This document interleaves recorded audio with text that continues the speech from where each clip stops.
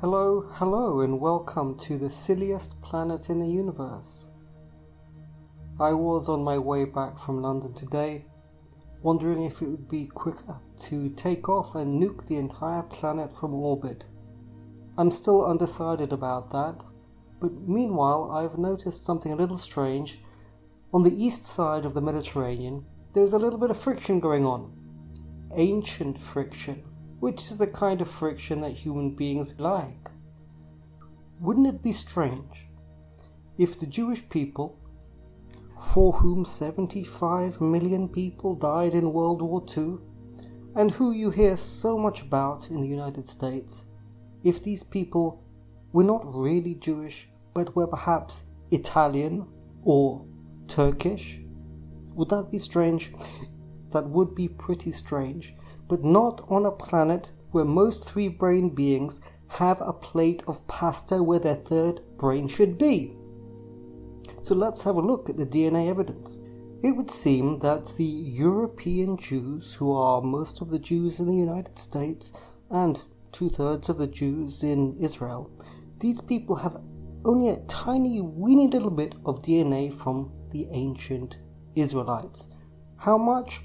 About 3%. Which means that they are 97% Turkish or Slavic or Italian or Central Asian. They're probably more Christian, to be honest with you, than they are Jewish.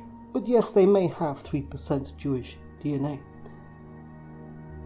And we can see also from this graph that the Bedouins, the Syrians, the Lebanese, the Palestinians have a lot more DNA. And did I mention the Ethiopians, who are convinced that they are the true heirs to King Solomon? But who cares when everybody's having such a lot of fun? Your sense of yourself is massively increased if there is an ancient grievance, an ancient vengeance, especially one that relates to your true identity. And human culture is like flocks of birds that revolve around these gravity wells with this ancient negative energy. And when I was in London today, I was trying to feel the energy, which wasn't hard considering there were people everywhere pressed against me, breathing down on me, squashed against the glass of the train. Yes, I could feel their energy. It is interesting to try and experience the energy of the environment and to gradually tune your intelligence into that. In the same way, whilst I was standing up for an hour and 15 minutes non-stop on the train to London, I started doing the bone illumination exercise and trying to increase my power. Initially, you feel it from the outside. You feel the illumination from the outside, from your awareness, if you like, but eventually you become inside. You are inside the bones. That's where you want to get to with every practice and with every center. If I talk a little bit about the Jews, in the Old Testament there is this story that Moses goes up the mountain for 40 days.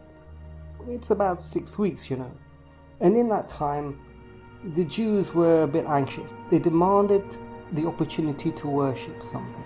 And so Moses' elder brother Aaron, he collected up their gold jewelry and he melted it down and created a little idol for them to worship. It was a golden calf. Moses came back down the mountain and he was not very happy. He killed them all.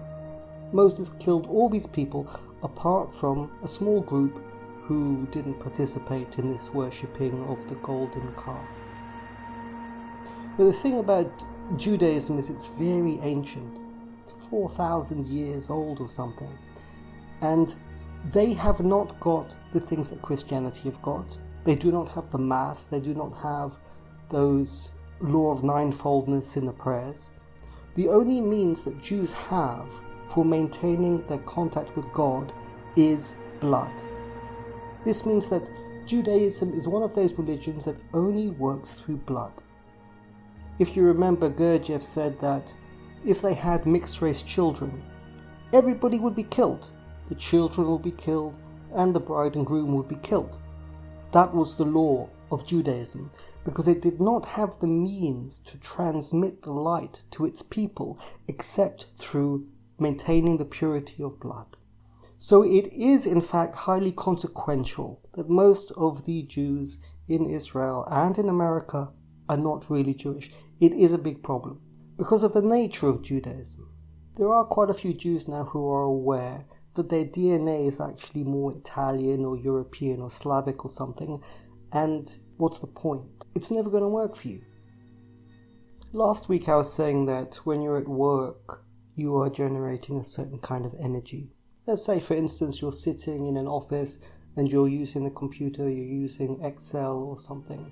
Arms and legs, your heart, your belly, your mind, it's all operating. It's producing a certain kind of energy. What you see, the workplace, the computer, the salary, is completely irrelevant. The only thing that counts and the only thing that determines your future is the energy that you produce. And in fact, our whole human life here, it is only there to provide a way for human beings to produce energy. And I was thinking that when you buy something in a shop, there is an exchange. You give them plastic pounds and they give you some piece of crap made in China. And there is this exchange. The important thing is the energy. In the old days, you would look the owner in his eyes and he would give you something that he had made with his hands, and you would give your pieces of silver. It was more authentic. Society has moved a long way from the thing in itself. But nevertheless, the important thing is the energy exchange. Whatever you do, wherever you are, it would be interesting to see the energy on the road, on the streets, in you, in people, and exchange the energy, because that's what it is really about anyway. Gurdjieff teaches us how to create the right energy through three-centered work, through hard work, through the octaves. Now, I was coming out of church on Sunday and considering the Lord's Prayer. As I've said, these prayers, Lord's Prayer and the Hail Mary, seem to be a male and female pair, high emotional, high intellectual, octave in 9 lines. What is the difference between the octave of 7 lines and the octave of 9 lines? Well, it's the same. It's just that the octave of 7 steps has got 2 gaps. And if you were to construct a prayer, you could make it a 7-line prayer. But you would have to know to do internal work at the 2 gaps. Yogis could do that. But for most people who go to church, who are part of the external part of Christianity, you make things simpler for them and you put a line of prayer in. As for Christianity, it's taken me a hell of a lot of sleuthing to work out that the only Christians are really the priests or the saints, and that, for instance, in Eastern Europe and Russia, places like that, as you get older, you kind of go into a monastery or live close to a monastery and you take communion every day or even several times a day. And people like that develop incredible, refined understanding of Christianity that is unknown. I was looking at some paintings of the Taoist Immortals. It seems to me that in China they have the greatest amount of ancient Atlantean knowledge, and that they have the sense of the spiritual journey being one where you develop very refined and profound skill, and that's where all the Chinese arts come out from. This incredibly refined skill that takes you from the physical world to the astral world to the mental world to the beyond. And I'm going to read out just one verse from the Tao Te Ching. It says, "The ancient masters were subtle, mysterious, profound, responsive. The depth of their knowledge is unfathomable. Because it is unfathomable, all we can do is describe their appearance.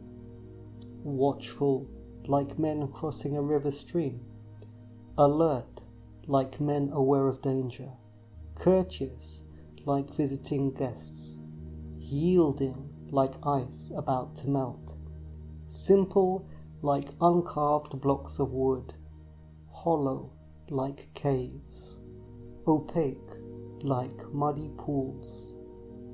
Who can wait quietly while the mud settles? Who can remain still until the moment of action? Observers of the Tao do not seek fulfillment. Not seeking fulfillment, they are not swayed by desire for change.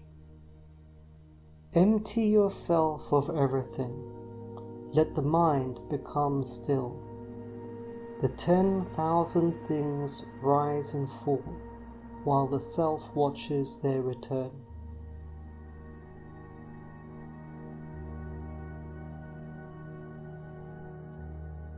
Let's talk once more about the ray of creation and the beautiful solar structure of an organic and traditional society, as blessed England once was. There is a magazine here called The Lancet, and it's a medical magazine, very famous. It was created in 1823 by a surgeon called Thomas Wakeley. And so through him, the profession of surgery owned the main magazine for publishing research. And that profession of surgeons emerged organically from the sun at the centre of England. And at that time, all the professions, all the institutions, like the bar, like the naval service, all emerged from the centre of the spirit of England, where the old man at the head of the profession passed down his knowledge, and it travelled down that waterfall step by step. And in that way, each profession allowed individual men to hold this wealth of knowledge, a river that was laden with knowledge. And that is a beautiful society, and a society of meaning, because there is somebody above you who knows more than you and who feeds that knowledge to you. In England today, the long branches no longer really exist, and American consumer culture has ruined a great deal. But I say to you that it is possible to make small branches and small completions, and you should do that, and you keep something alive that way. And perhaps, if there are enough small branches, one day the great beast of England can be revived. And things have got so bad in this country, and the damage is so great, and it's so sad to see, that I have even considered the possibility to call up the dead spirits of ancient warriors, and to bring them back, and to regain their power, and to get their assistance in clearing out all the un-English elements who now populate this land.